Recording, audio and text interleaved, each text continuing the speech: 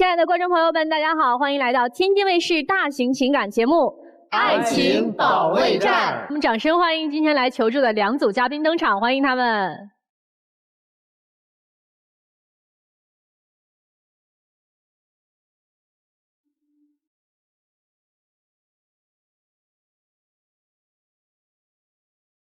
首先要疗愈的是本期第一对情感嘉宾纪先生，28岁，来自吉林；网约车司机周女士，27岁，来自吉林。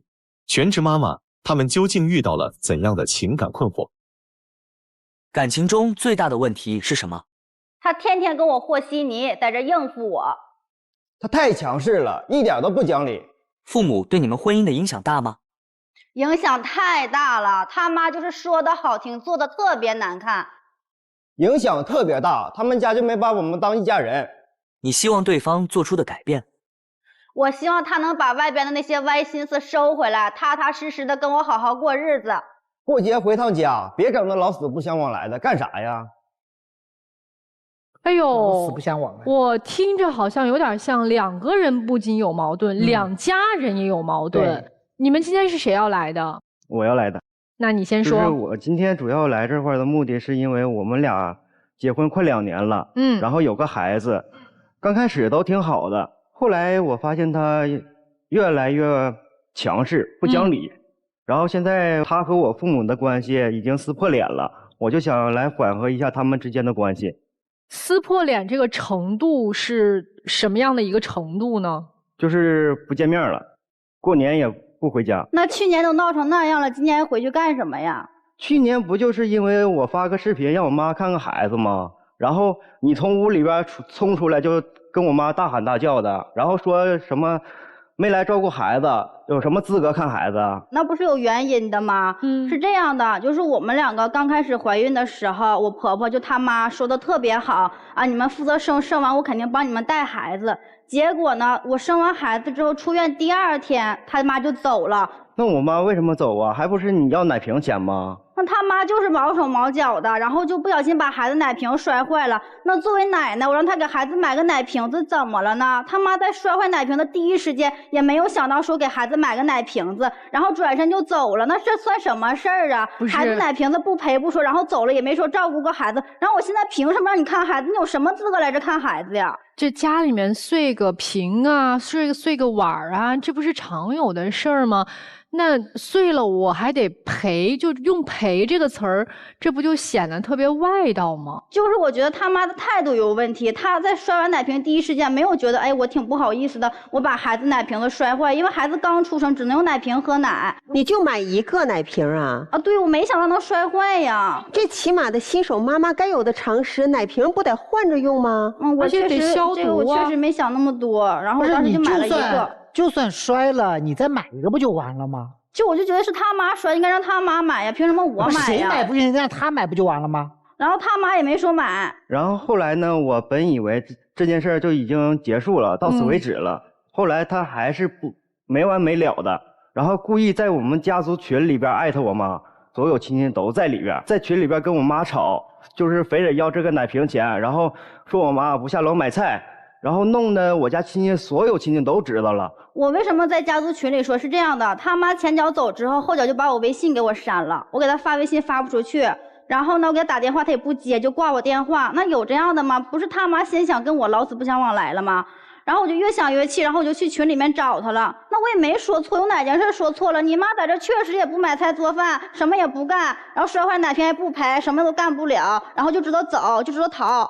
姑娘，要是明知道这个电话打来是骂自己的，那我不撂电话我干嘛呀？打电话的初衷不是想骂他，是因为我不知道怎么照顾孩子，然后我想问问他。你想问问婆婆怎么照顾孩子？对。你妈妈不是在吗？我妈妈也不会照顾孩子。那你怎么长大的呀？我妈就是我们那时候可能好带一点吧，然后我妈也连饭都不会做。所以你找你婆婆是求她对吧？啊，对，我是有事儿求她，我不是说初中我就想着去骂她。态度呢？后来还怪我妈删她微信。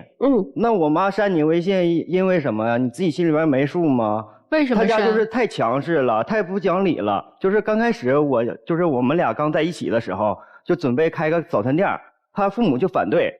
其实我开这个早餐店不也是为了这个家过得更好一点吗？然后后来他父母也同意了，他妈就临时说不来帮忙了，但是他爸来。但是有天早上我们准备早餐的时候，我妈就说说他爸把那个菜切一下，然后他爸转天就不来了。他就埋怨说我爸我妈不去，然后我爸隔天人家也去工作去了，那不能因为个早餐店人家自己的工作放着不做呀，就帮你忙活那个早餐店啊。那因为这个，然后我和我妈也忙不过来，然后雇人呢也划不来，我就跟我妈商量，让我姑来帮忙来。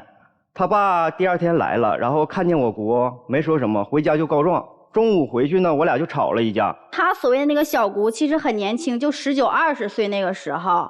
就年龄很小，然后我爸只是第二天早上去了，然后就看见店里多出来一个小姑娘，只是回家跟我说了这件事情，然后他中午回家就觉得啊，你爸回家又跟你告状了，然后就又跟我吵了一架，然后当时我还怀着孕，肚子挺大的，然后我妈呢，你爸妈也不应该撵我姑吧？我爸妈怎么撵你姑了？我爸妈只是去店里说这个事儿，说你不应该跟我吵这个架，那我爸妈向着我不很正常吗？你爸妈不也向着你吗？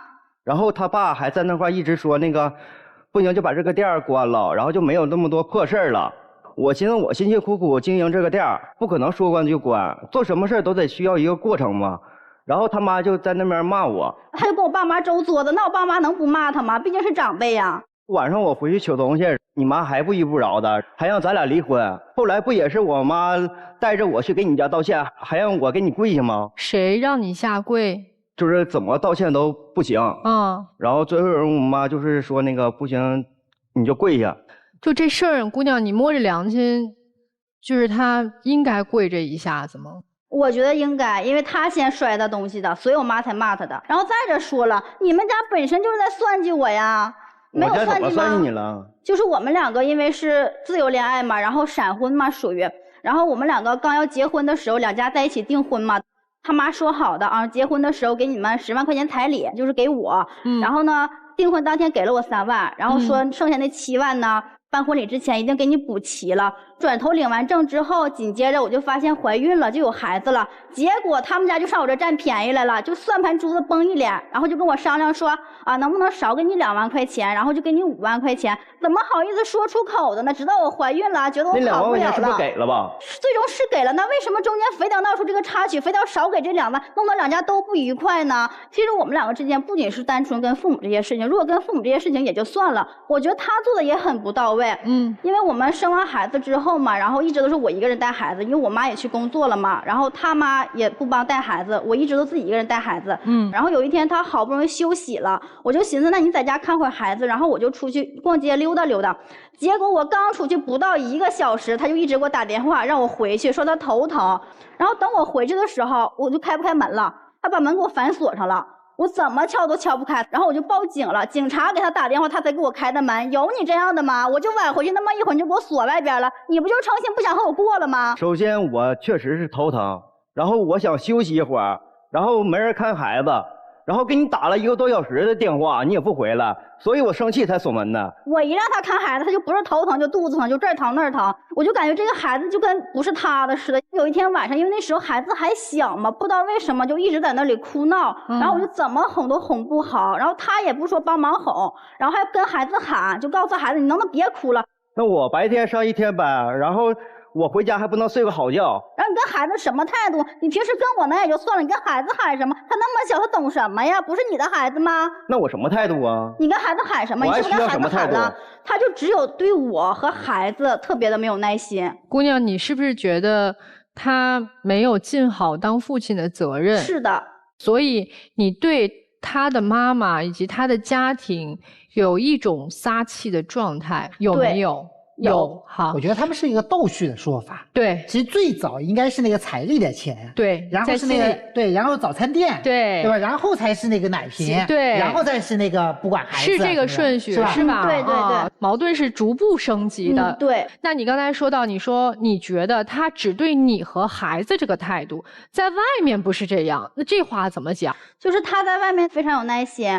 之前有一次他们单位新去了一个女孩，然后那个女孩就是挺年轻的一个小姑娘。赶得也巧，正好就是和我们家住在一个小区，然后他就每天顺路拉着人家一起上下班。首先他刚毕业，我俩在一个小区里边住着，然后又是同事，就是上下班顺个脚的事儿，就把他捎回来了。人家刚毕业跟你有什么关系？你都已婚了，你都结婚的男人，你不懂得点避嫌吗？人家用你拉呀，你就是看人长得年轻漂亮，你动什么歪心思了？那不是也没什么事儿吗？那要是一个年龄大的，你能拉吗？有没有什么事你自己心里清楚。他是一个挺没有边界感的人，就是不只是这些小姑娘，然后他跟他前女友，我觉得也有联系。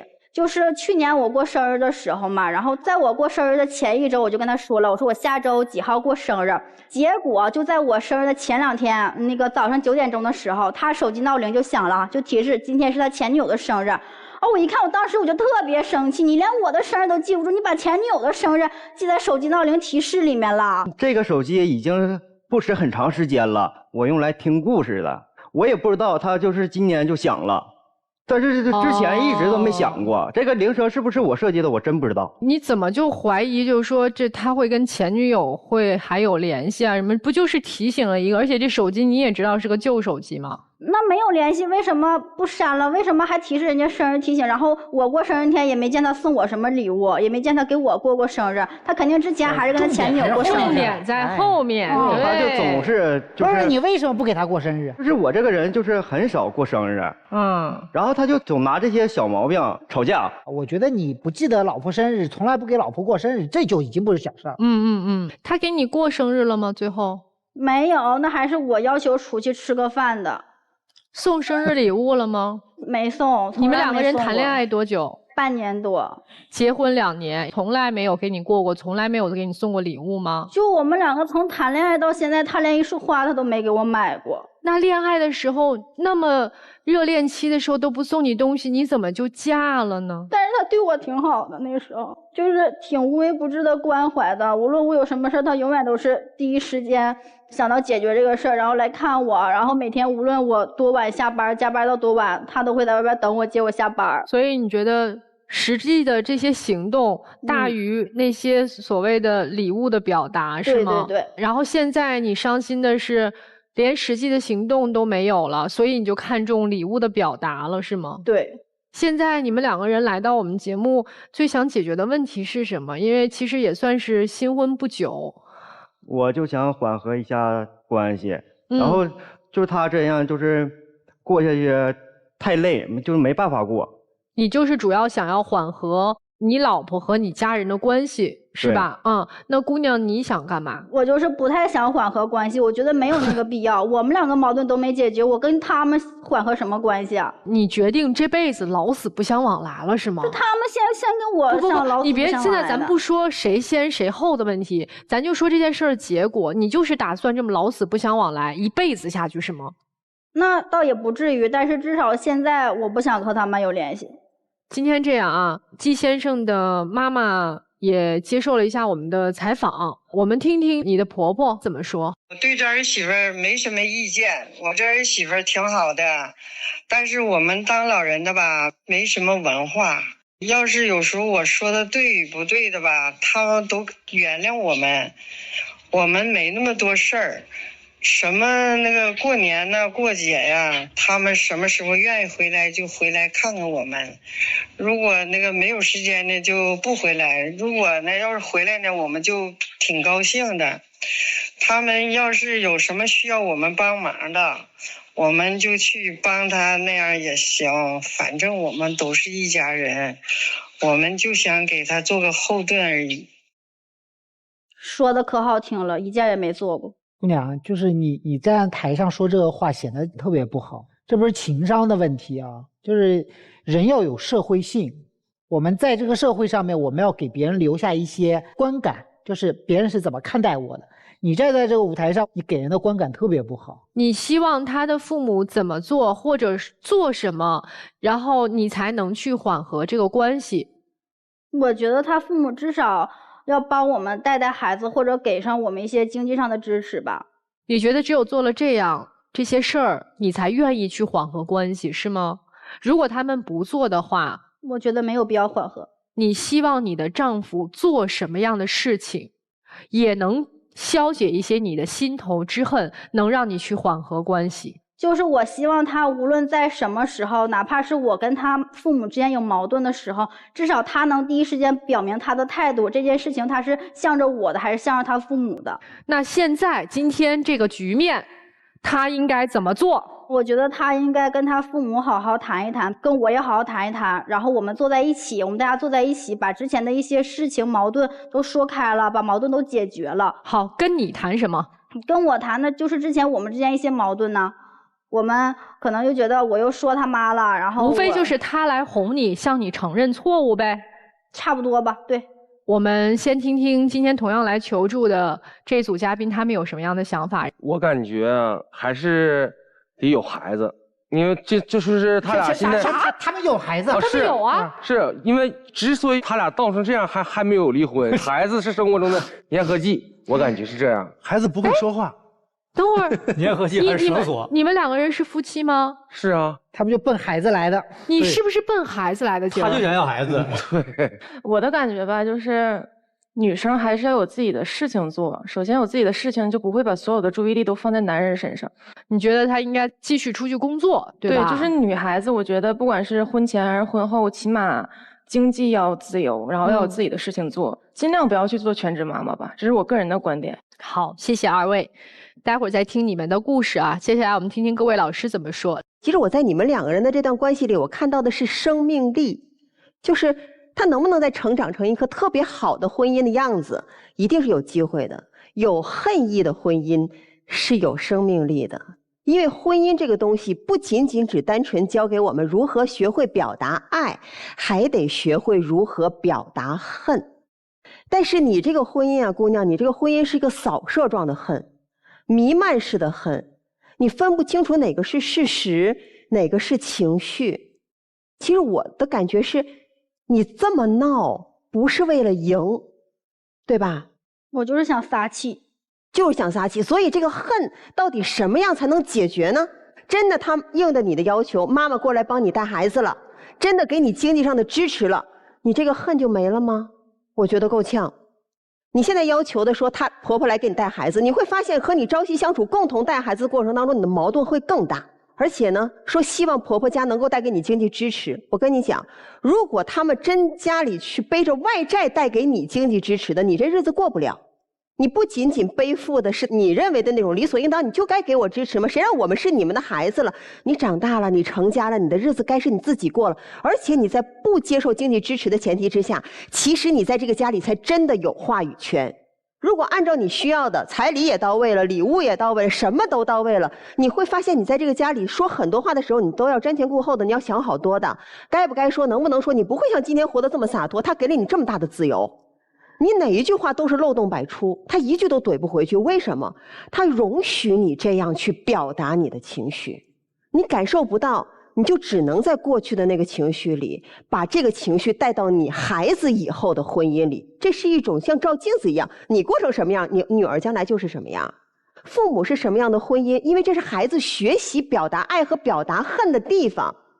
你要是这样，你的孩子将来就这样。而且同样，我说句实话，不管刚才那个奶奶说话是不是说的比做的好，同样都是做母亲的，我觉得母亲能说出这番话，心里不是舒服的。她一定是为了呵护你们的感受才说了这些话。她心里不难受吗？她心里不疼吗？孩子这么多，不让回家，见不着自己的孙辈儿，等你有一天的时候，你真的预知一下那种感受吧。周女士，哎，这有个姑娘坐那儿漂漂亮亮的，没生孩子，羡慕她吗？羡慕。恨天恨地，到最后都是恨自己。恨为什么我只能当全职主妇？恨为什么我当时瞎了眼找了这么一个男人？恨为什么过上这样的生活，我又没有力气去改变它？你恨的是自己的生活，恨的是自己无能为力。我相信你27岁，你也有梦想，你也读了书出来的，你也想要工作，你也想好好生活，结果你就找了他，他又是不知冷暖不懂风情的，然后你就跟他生了孩子，然后你就被困住了，你当然火，你当然怒啊。他自己爹妈他不来往，你爹妈不来往，他唯一能依靠的是你，结果你跑出去，你自己公司那个小姑娘，你天天送她上下班，你送你老婆出去吗？你带你老婆出去，什么看个电影、吃个饭吗？你对你老婆有这么关心吗？体贴吗？是，老人是有问题，肯定是有矛盾，他的性格也有矛盾，他的沟通方式有矛盾，有问题，问题都有，但是本质是什么？本质是他没有人看到他，从你爹妈到他爹妈到你，没有任何人看到他。我相信他不止一次跟他爹妈提出来，我要把孩子放在你们这儿，我要出去工作，我要离婚。他爹妈一定是一而再再而三劝他，是不是？是。你看，不要说什么爹妈让你妈出来卖惨什么，你妈肯定是一个爱说便宜话的人，这个我绝对知道。如果不爱说便宜话，其实很简单，先2000块钱一个月拿出来，支持你一下。那我不是说非得拿钱啊，但至少这是个态度。但是他没有，爱说便宜话，可以能理解，老人嘛，老人没有这个义务来帮你们，但你不能这样。所以我觉得你应该回头想一个事儿，什么事儿？就是怎么让你老婆做回自己。今天有一个比较在这儿，今天有一个漂亮姑娘坐在这儿，她放在这儿就是你老婆羡慕的样子。那你告诉我，你老婆怎么样才能变成她的样？没结婚之前是这样。那么好了嘛？为什么结婚之后就变成这个样子了？凭什么？我们做错了什么？我唯一做错的无非就是跟你结婚了吗？你为什么会把这个事情变成个错呢？我觉得你回过头去你就思考一个事儿，我怎么样才能够让我的老婆重新回到社会里面去，让她找工作也好，让她去做自己喜欢做的事情也好，能够让她重回一个自由。你把我都说倒戈了，我本来观点跟你完全不同。要不说陆琪老师厉害呢？看到他们的这个故事，我就想到在我们爱宝的抖音的直播间当中，我们经常会连麦到一些这样和婆婆有矛盾的儿媳妇儿，他们上来永远就说一句话：我老公老向着他妈，凭什么？我就会反问他们：凭什么要向着你？就他向着他妈这事儿不是应该的吗？为什么一定要跟婆婆打成这个样子？你不应该团结你婆婆去治她吗？怎么这么傻，这么不聪明呢？姑娘，你弄得全世界与你为敌，你觉得这个男人还能爱你吗？其实你今天在这个舞台上，无非就是一件事儿，你没有以前对我好了，对不对？你以前对我那么无微不至，接送我上下班，现在你不关注我了。我想要让你像以前那么爱我，不就是这点吗？所以你看似是可悲的、可恨的，但其实是可怜的。所以姑娘，你不要把自己搞得跟全世界为敌，你要做一个聪明的女人。如果你真的需要这个男人多爱你，或者说你觉得这个男人有做的失职的地方，我们可以聊。但是如果有一天当你大张旗鼓的要爱的时候，那这段婚姻也可以结束了。爱是要不来的。如果你觉得这个男人眼里没有你了，已经不爱你了，那不过了。但是你不能让全世界的人都恨你，都讨厌你，最后损失的不是你自己吗？事儿啊挺多的，但是现在呢，我想说，凭感觉啊，你们俩这个状态不对，就这个状态，什么招、什么事、什么方法都解决不了。当你心里面都是恨意的时候，对方说什么话你听不进去的。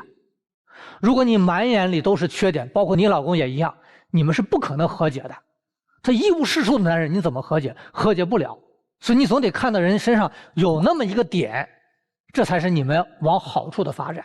所以你的心态出问题，你怎么说话、怎么做事儿都不行。我跟你讲，我都想了，他提丁吧跪在你面前，能解你的恨吗？即使解了，明天睡醒觉，你依然会恨，不解决问题的。所以女方你要思考，一个人得病了，病越重，他身体就越痛，越痛那就意味着病得越重。同样，你现在你认为你最痛苦，我倒告诉你，你现在心里病比别人都重，你要这么思考。我恨了，我痛苦了，说明现在我不快乐，我不快乐，我就要解决，我要为我的快乐负责。要为快乐找理由，而不是为痛苦找借口。这是女方。男方，他敏感，他细心，你是粗心，看似干了很多的事儿，好像很为这个家庭付出，但是你都弄不到点子上去，说不清楚的东西，想一竿子就把它推掉了。什么那个生日提醒啊，是不是我写的？那不可能是别人写的吧？如果说你能够一对一的去面对这件事情，一码归一码的，哎，哪个错了就是错了，但仅限于此。但是每一次呢，他都不解恨，是因为你没有让他解恨，你没有直面这个问题，话说不透，所以每个问题都积攒到今天，最后让他变成疯子。所以乍一听下来，一上场那听不得了，那这个人什么了？但试想下来，其实也是你一步一步把他给逼出来的，一个出口都没有。所以说，所谓的爱对方，你得要照顾对方的感受。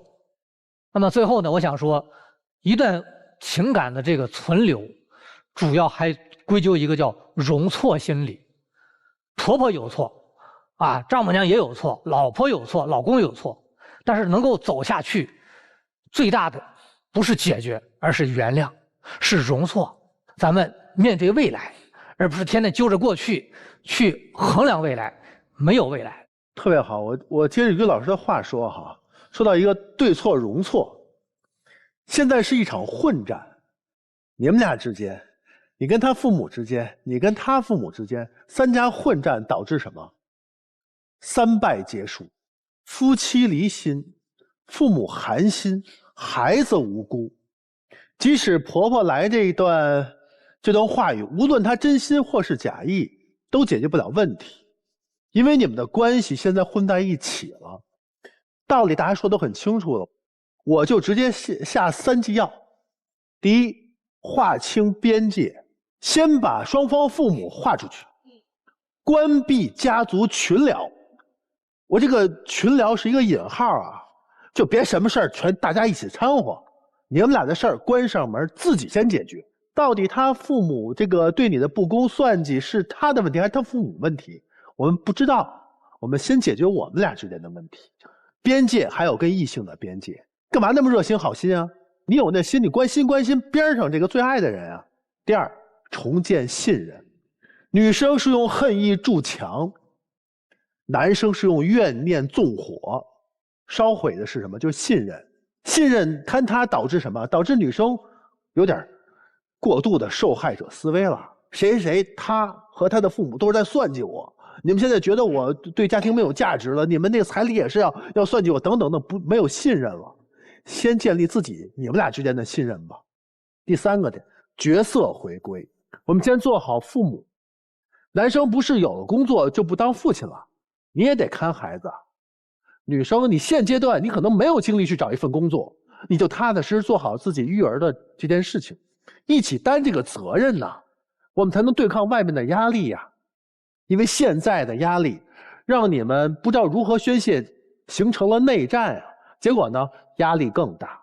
所以让这3剂药下去之后，你们的事儿自然就能得到解决了。这药愿不愿意吃就看他们俩了，是吧？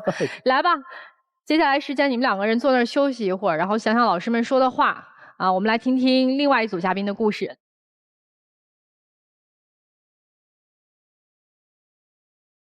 本期第2对情感嘉宾尹先生，30岁，来自吉林；私营业主魏女士，29岁，来自吉林，模特。那么他们又遇到了怎样的情感困惑？你觉得对方最大的问题是什么？他心思根本就不在家里，成天想着往外跑，根本就不拿我当回事儿。他老想让我给他生个孩子，然后用孩子来套牢我。你觉得对方对自己态度是什么样的？他现在看我哪儿都不顺眼，总是挑事，无理取闹。我就想不明白了，一个大男人怎么就这么脆弱、敏感、玻璃心，爱胡思乱想呢？在你眼里最接受不了对方什么？他就是个任人宰割的小白兔，什么都不懂，还迷之自信。他什么都要管，就想让我当他笼子里的金丝雀。入天津卫视官方微博参与互动，赢取惊喜好礼。精彩节目稍后继续，精彩节目马上开始。我们俩是那个初中同学，然后初中的时候就关系就挺好的，然后总在一块玩，然后慢慢就是随着年龄的增长，中间就是断了一段时间联系。大概是20年左右的时候，我就发了一条相对来说比较伤感的朋友圈，然后他就在底下评论、点赞、关心我什么的，然后慢慢接触了一下，然后我们俩就在一块儿了。我先问一下啊，你们两个人是结婚第几年呀？第2年。谁追的谁呀？我追的他。就总之，其实这一路你是不是都觉得自己一直有点上赶着？就是我们用最通俗的话，你觉得你爱他比他爱你爱得多？对。好，那前提我们都已经了解完了，接下来咱们就说说你们两个人今天来这儿的一些矛盾。就是因为吧，我俩结婚也有2年了，我俩也快30了，我就一心想要个孩子。他就总把孩子这个事儿拿出来说，他其实现在都是一个没长大的孩子呢。他的作息时间就是除了工作时间、睡觉时间，剩下的时间他永远在捧着个手机玩游戏。我睡觉半夜醒了，大概2、3点钟，我发现我一摸旁边没有人了。然后我打开我家那个卧室门，客厅里面有一个贼微弱的一个光，他躺在沙发上玩游戏呢。我寻思挺晚的了，我过去叫他吧。我走到跟前，人都没有反应。我看看那手机界面，人家在那收别人给他的转账，往游戏里面充钱呢。你可以靠游戏挣钱，是不是？对，我带游戏可以就是挣点小外快，不多。你是带别人打吗？对。他自己私藏的小金库，然后往游戏里充钱，然后买一些其他的装备，还买一些手办之类的东西。因为他每个月就给我2000生活费，我把我每个月挣的将近2、3万，我全部上交了。我每个月就给他2000块钱，他都能买一大堆的东西。就是我们家有一个那个他专门放他收藏的那个手办的那个柜子，我今天带那个照片过来了。大家看一下，就是这个只是我们家其中一小部分，这是冰山一角是吧？就是都不及冰山一角，就很多很多。哎，你刨去买手办的这些钱，就你老婆每个月给你2000，你实打实的是够花的吗？真不够。你说像我平常我得加个油，我没事我再买个菜，再不济我出去洗个澡，钱就不够了。所以其实你今儿还有一个目的，想让他给你涨点生活费，是这意思吗？确有点。就你这么玩游戏，就这么买东西，不可能多给你钱。那你买包和买鞋之类的，家里堆了一大堆，我从来都没有说过。那我的包是不是咱们俩一起买的？是不是你送给我的？哪个女人不买包？哪个女人不买衣服呀？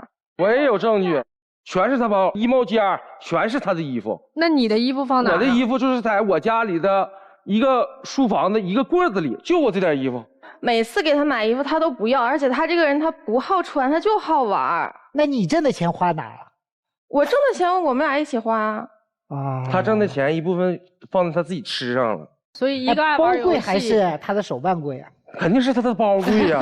反正他都得跟我争个高低。没有，现在是陆琪老师要跟你争高低。对，那不是我认为姑娘买包是对的。我们可以有一个比例，比如说5比1，我买5000块钱包，你就可以买1000块钱的手办，5比1行吗？可以，但是已经远远超出这个比例了。就是我没有说不让他买，或者说就是不可以买。就像他玩游戏一样，就男生爱好打游戏，就像女生爱买包，其实我觉得都是很正常的。就是你可以玩，但是你就不能说那种风靡程度，就是你除了工作时间，他就是在玩游戏。就是平时我们俩的生活当中少了。是可以这样理解，就是他给不了我情绪价值，然后又什么事儿他就觉着啊，我应该在家里面，不应该像现在这样在外面抛头露脸的。哦，那还有什么问题啊？双标，特别双标。怎么说呢？就有一次我跟我的发小兄弟出去吃饭。吃完饭，男人们都互相就是愿意去买单，我就站起来了，我寻思我去把单买了，他可倒好，一把就给我拽着那儿了，把我摁住了。这个当我旁边说，就是事实根本他去买就完了呗。他吧就是想法特别歪，就是事实根本不是如此。他朋友提前打电话打给我们，然后说今天晚上你俩有空吗？请你们俩一起去吃口饭。然后而且他们每次出去吃饭都是就是比如说谁叫谁请，然后就是另外一方叫的，然后去买单的时候他就过去跟人死吧，他就觉着他买单他有面子，我当面给他拉回来了，他觉着我不给他留面子。我觉得就是男人有没有面子跟就买不买单没有关系，就是他想法特别幼稚。哎，你抢着买单的时候你兜里有钱吗？这是好问题。哎，问到点上了，你不2000块钱不够吗？我买单有他的亲属支付哦，所以我说他的钱根本是够花的，就是我不会从钱上就是彻底切断他。那他支配的时候，你会刨根问底儿的阻拦他？会，也就是说，他动的时候，他要背负着特别大的精神压力去跟你探讨这个事儿，他不是随意支取的，对吧？要不我也不会半夜成天半宿半夜打游戏，挣那外快了。你也挺不容易的，那他怎么个双标呢？他跟他朋友在一起的时候，就连我说的话他都听不进去。他的朋友是咋的呢？有一次他朋友来我家，就说话就是阴里怪气的，在那桌上说：“哎呀，真是生的好不如嫁的好啊！”这不是夸他吗？夸他嫁得好，说你好呀。那我对他也好啊。哦，你觉得他有点损你老婆的意思？你的意思他是酸酸的那种感觉是吧？因为他嫁的人没有我挣得多，也没有我俩感情好，所以他就有时候想法就是没结婚的时候吵架的时候，他的朋友劝他跟我分手。他还听人家的，有时候就是贼信人家，特别容易相信别人。人没事管他借点钱或者怎么样，他都愿意借。就是这次的这个朋友，他俩最后闹掰了之前，他借了人家6万块钱，然后不还他，他知道回来找我诉苦了。他现在都在拿这个事儿去说事儿。那我要被赔6万块钱，不得让你叨叨一辈子？那肯定的。你就用那小人之心夺君子之腹。他这次还真的看到小人了。还有什么事儿他双标？还是朋友的事儿吧，因为就是有次他是跟他朋友出去工作。所有的工作他就交给他朋友去对接了，人甲方就是同意说，就是这次活动完事之后给他拿4000块钱，但是到他手最后只有2000块钱，让他朋友私吞2000。我跟他说，他还不相信这事儿，他相信他朋友说的就是甲方说的他状态不好，所以只给了2000。后来到那个知道是有同行跟我们说了这个事儿之后，他才知道。他自己被朋友吃了回扣，吃了2000。其实也不算是朋友，就合作伙伴嘛。他就想让我去把这个钱要回来。我是觉得，就事情已经发生了，而且以后就是可能还会低头不见抬头见的，就没有必要去把这个事儿做得大张旗鼓的，就告诉全世界的人啊，我被他骗了2000块钱，你得把这2000块钱还给我。我就觉得没有说的这个必要，就闹得大家都很难看。不是，因为以后还要见面，还在一个圈子里。那2000块钱是我1月生活费呀。那2000块钱都不够你买2个手办的。大家的处事的态度不一样，方法不一样。就连我母亲过生日的时候，她急急忙忙接了个电话，跟我妈说一声，她就走了，把我们一家子晾那儿了，就根本没把我家人放眼里都。就我说他说事儿很夸张，就是根本就是没有他说的那么严重。就是我婆婆的生日吧，是在一个传统的节假日。我俩基本上1周都会陪父母，就是双方的父母就是吃2次饭，然后正好是赶上我婆婆过生日那天，我就临时接到一个通告。本身就我们这行的话，我不知道你们了不了解，就是节假日的时候通告的价格是要比平常高一些的，然后临时的通告就会比正常那个价格再翻1倍，就整个救火的救急的事儿嘛。对，就是它一共是翻了2番这样。然后我接到通告的第一时间呢，就是我也跟我婆婆把这个事儿讲了，然后我跟我婆婆说的时候，我婆婆也表示理解，就年轻人嘛，有工作你们就去忙。到他这就觉着我没把他家人放在眼里，那我没把他家人放在眼里，我为什么要给你妈妈买生日礼物？平常我为什么要回家陪你父母去吃饭呢？我就问你一个问题，你妈妈真的生气了吗？我没有，其实是我生气。所以你不是因为他离席了，他无限遐想，你是因为他那个时候接到了一通电话，你又没有办法跟着一起去，对不对？是，我也想像他这样的控制欲，就是他控制欲贼强。我想控制他，他就不让。就是可能是因为我就是现在有点发胖了，就我原来挺瘦的。你自己还知道你胖，然后你还使劲吃。我使劲吃是有原因的。就是他你使劲吃的原因是啥？他搬运，他愿意吃宵夜，小鸟胃，就是一个大馋丫头。他一天点东西就是炸鸡、薯条、土豆粉、麻辣烫、云南过桥米线，点完了他每样他就吃1口，剩下都让我吃。所以我现在胖成这样，我就想说，我今天把我的原来的照片瘦的时候带出来了。哎呦，小帅哥哦，我真的瘦过。哦，那你真应该胖了多少斤啊？胖了得有，结婚到现在胖了得有将近60斤，将近60斤。哎呦，就他吃完他真的不动。我说你吃完你动动，你下楼跑个步，你健个身，那你动弹起来收拾屋什么的，不行，就非得躺，就吃完就往那一躺玩游戏，那肯定胖啊。你嫌他胖吗？我没嫌他胖，就是我觉得他多多少少起码要瘦一点，因为就是他刚30，就是这个体重如果太胖的话，他是对健康是有影响的。然后我一说到减肥，他就觉得我嫌弃他。其实你俩今天来有一个最重要的一个问题，就是这男生坐那儿第一句话就是奔那个来的，对吧？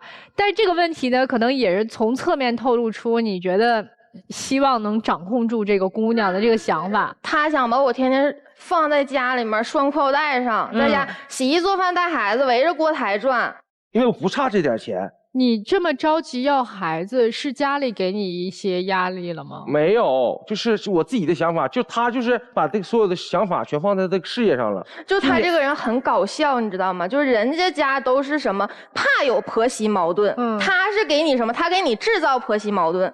你说我们俩就这么简单的事情，就一个生孩子的问题，那这说白了是不是两口子关起门来过日子？你俩关门自己去说，人家老先生倒好，回家跟妈妈说去了。就是他跟他妈说完之后，然后他妈来找我谈的，他觉得他自己跟我说不了，然后换个人来跟我说。你说你换个人，你不能把这事闹到婆婆家，这不就制造婆媳矛盾吗？你为啥不找他妈跟他说呢？我老丈母娘也不着急，就是他是没有办法了，然后磨着他妈妈，然后来跟我讲，我说你这样你还想要孩子，你根本你什么事还回家找妈呢？跟妈宝有什么区别呀？你说这不就是制造矛盾吗？你跟你妈妈说的时候，你妈妈没有就是给你2句吗？说你自己这么大了，什么事你们俩自己做不了主吗？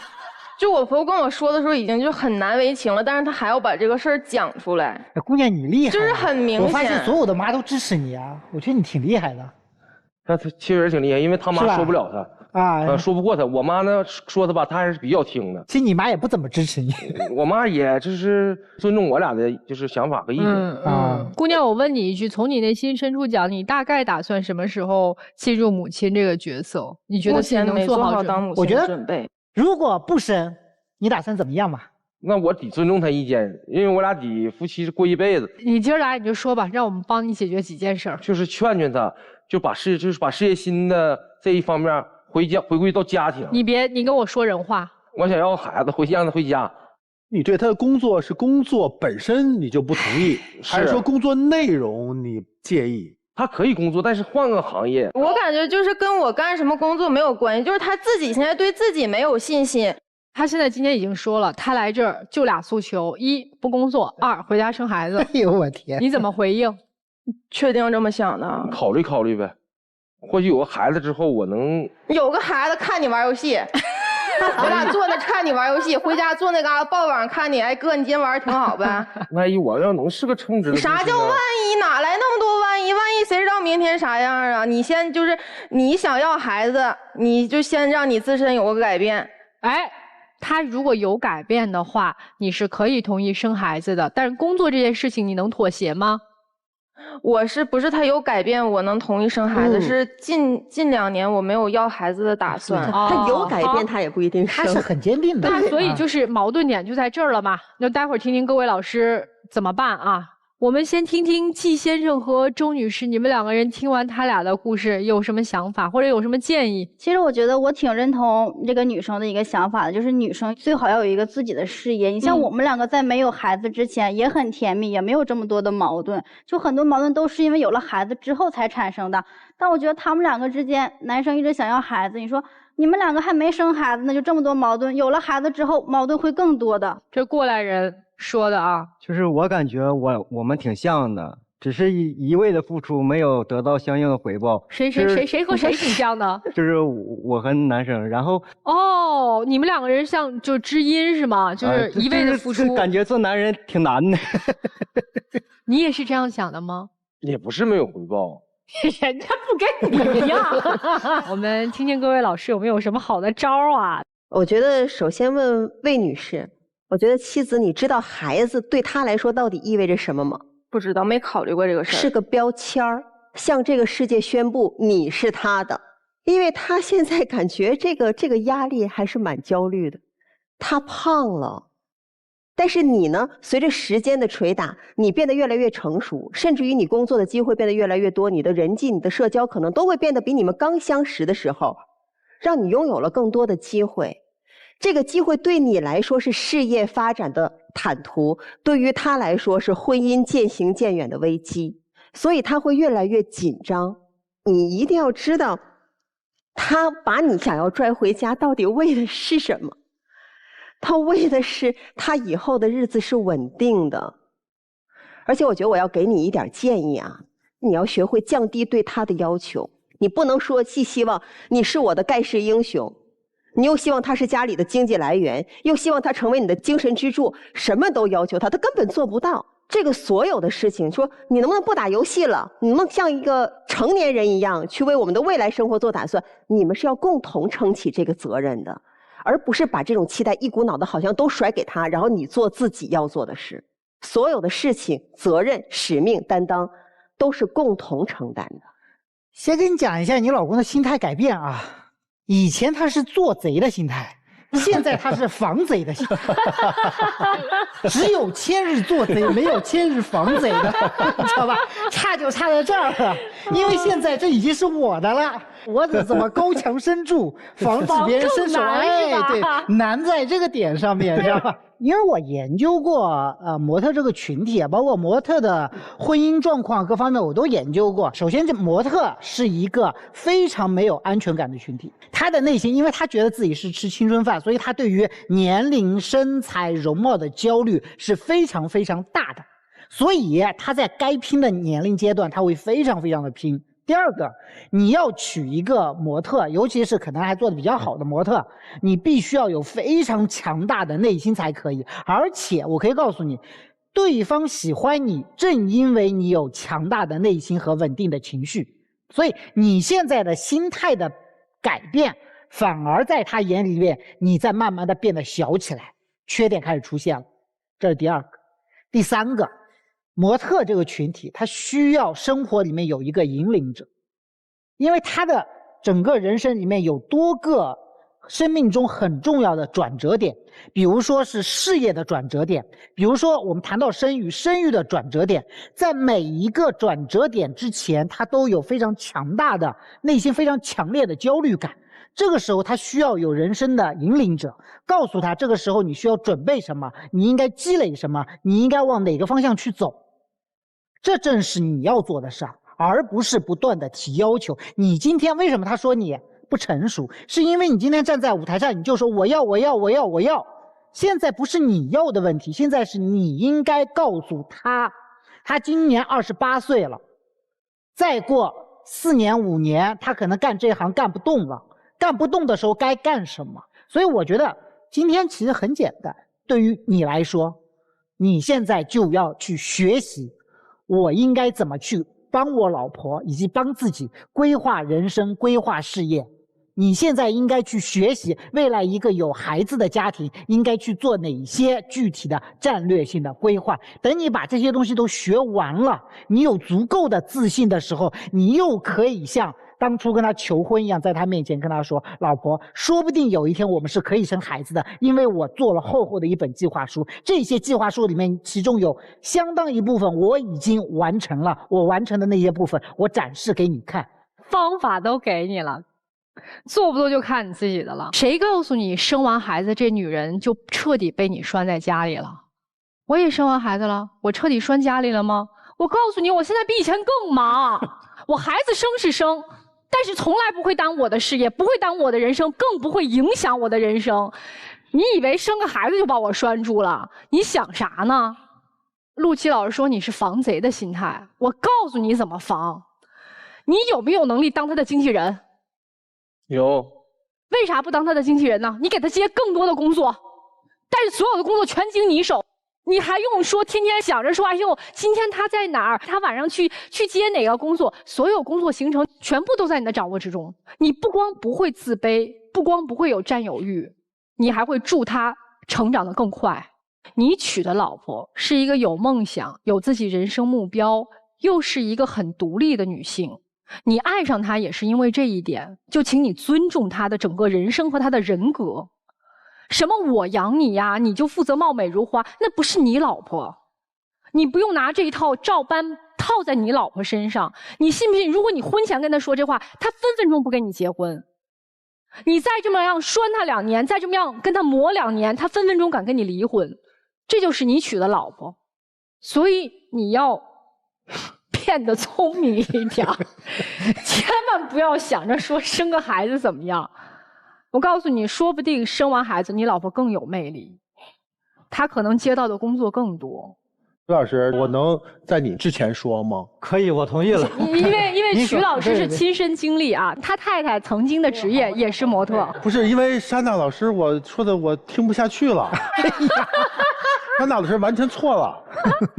陆琪老师研究模特是因为专业，但我研究模特是因为爱。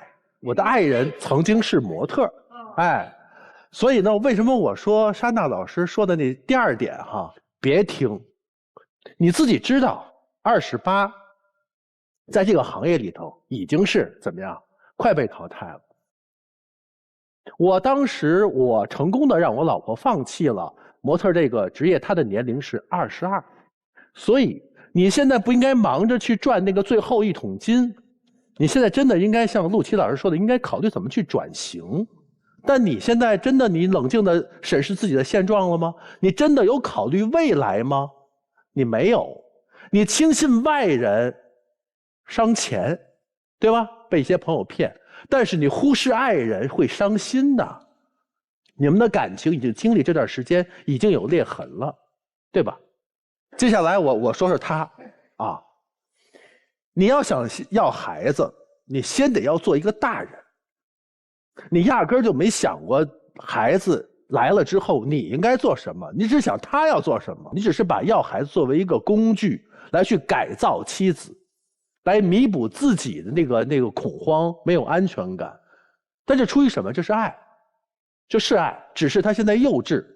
所以你先要去改变，真正开始锻炼，开始去做准备，开始去做规划，脱离游戏，积极的把目光心思放在家里，同时去考虑你应该跟他说的话，咱们是不是要做事业转型了，做调整吧。这些老师说了这么多，总结下来，我发现其实2个人都缺乏安全感。女方呢缺乏安全感，是觉得这个男方的这个状态，打游戏啊，这个身材啊，这个虽然看似目前收入还不错，但是已经要进入到躺平的状态了。然后呢，包括生孩子的状态，包括未来的发展的危机，是吧？哎，所以说呢，自己要努力，这个不想被时代抛弃，也不想被这个职业所损伤。要知道，一对夫妻是一个家庭，是一个整体。一旦你强了，就把他贬低下去，就把他给变弱了。那么你越努力的时候呢，他就要觉得反正我老婆也努力，我可以稍稍平躺一点，都听你的就得了。那么这个时候，慢慢的，他就被你的那种贬低，最后带节奏了。所以男方呢，这个时候呢，你要知道，你的安全感是觉得我要生个孩子就有安全感，但是你的生孩子本身是一件美好的事情，你知道吗？现在你变成了一个额外的目的。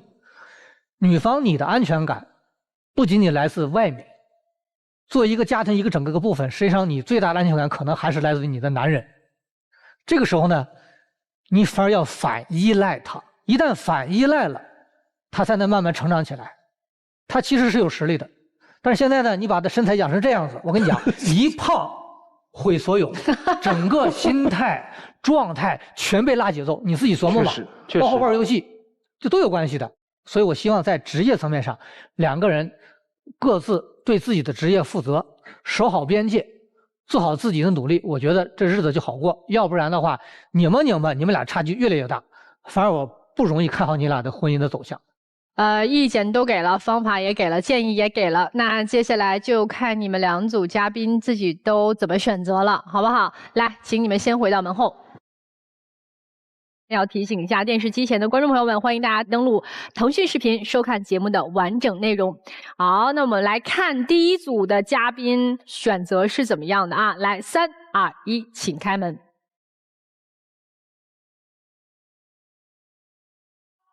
其实出来是肯定出来的，主要看看出来之后有啥想说的。对，我刚才也想了很多啊，然后我也认识到自己的缺点，一定会改。好，来听听女生，你准备缓和跟你婆婆和公公之间的关系吗？可以准备好好沟通，然后我也会放下之前的一些成见，找回曾经没有结婚之前我们两个一起那个甜蜜的状态吧，然后一起去迎接我们未来的好生活。好吧，接下来的时间交给你们。然后回去，然后咱们一起好好生活，然后我们也把孩子照顾好，未来的日子也会越来越好的，我觉得也会是这样的。首先呢，我先给你承认个错误，然后我也会体贴和包容你们，也会帮你带孩子。我希望你说到做到。我会说到做到的。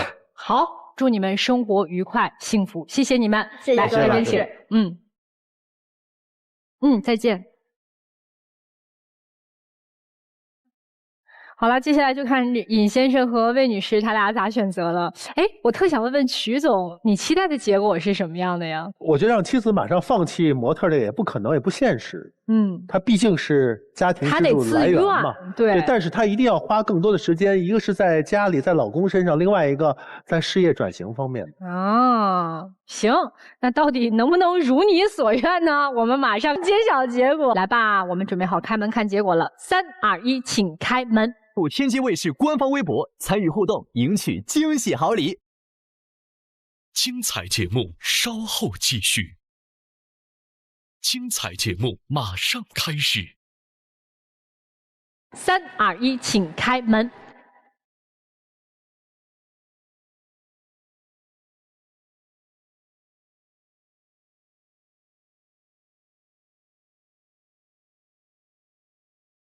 我们知道你俩是肯定会出来的，但是关键我们请关心出来之后，你们两个人有什么想说的？我在后台自己也想，就是像曲总说的，先强大自己，然后再帮助媳妇儿去做另外一些工作。那要孩子这事儿呢？就是达成共识了，就是晚2年。晚2年再说。哎，那你媳妇儿的这工作怎么整？我去配合她。抱一抱，抱一抱。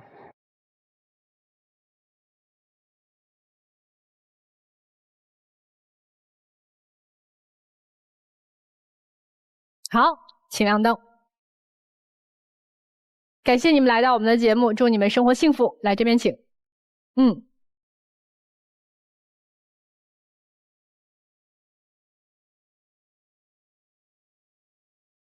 精彩节目稍后继续。精彩节目马上开始。好了，这就是我们这一期的爱情保卫战，我们下期再见。